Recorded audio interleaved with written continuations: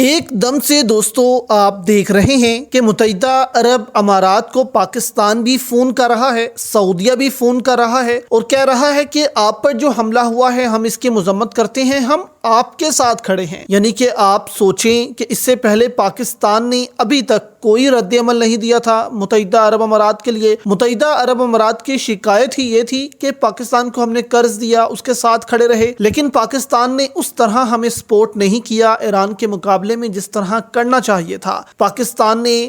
हम पर हमले हुए लेकिन पाकिस्तान ने इसकी कोई मजम्मत नहीं की। लेकिन अब जब ये हमला हुआ है तो पाकिस्तान ने फौरी तौर पर मजम्मत का पैगाम जो है वो मुत्तहिदा अरब अमारात के लिए भेज दिया है। उस वक्त जब इसराइल के त्यारे जो हैं वो मुत्तहिदा अरब अमारात उतरते हैं और दोनों जो फौजें हैं मुत्तहिदा अरब अमारात की और इसराइल की वो एक साथ जो है वो जंगी मशकें करती हैं। अब यहाँ पर दोस्तों सवाल है कि पाकिस्तान ने एकदम से राब्ते क्यों शुरू कर दिए हैं मुत्तहिदा अरब अमारात से। इसकी दोस्तों दो वजूहात हैं, दोनों आपके सामने रखते हैं। पहली वजह तो ये है कि वहां पर जितने असासे पाकिस्तानियों के हैं, यानी कि पाकिस्तानी माफिया के हैं, पाकिस्तानी माफिया के भी आप कह लें, पॉलिटिशियंस के भी कह लें, बड़े बड़े लोगों को भी कह लें, जर्नैलों के भी कह लें, आप कह लें कि राहील शरीफ के, मुशर्रफ के, कमर बाजवा के, कियानी के, उससे पहले के जर्नैलों के, सबके असासे जो हैं वो दुबई में पड़े हैं। दुबई दोस्तों एक जन्नत थी ऐसे लोगों के लिए जो कि अपने अपने मुल्क से पैसा बनाते थे और इन ममालिक में जाकर खर्च करते थे और उनको वहां दुनिया भर की अयाशी भी मिलती थी। अब यहाँ पर दोस्तों आप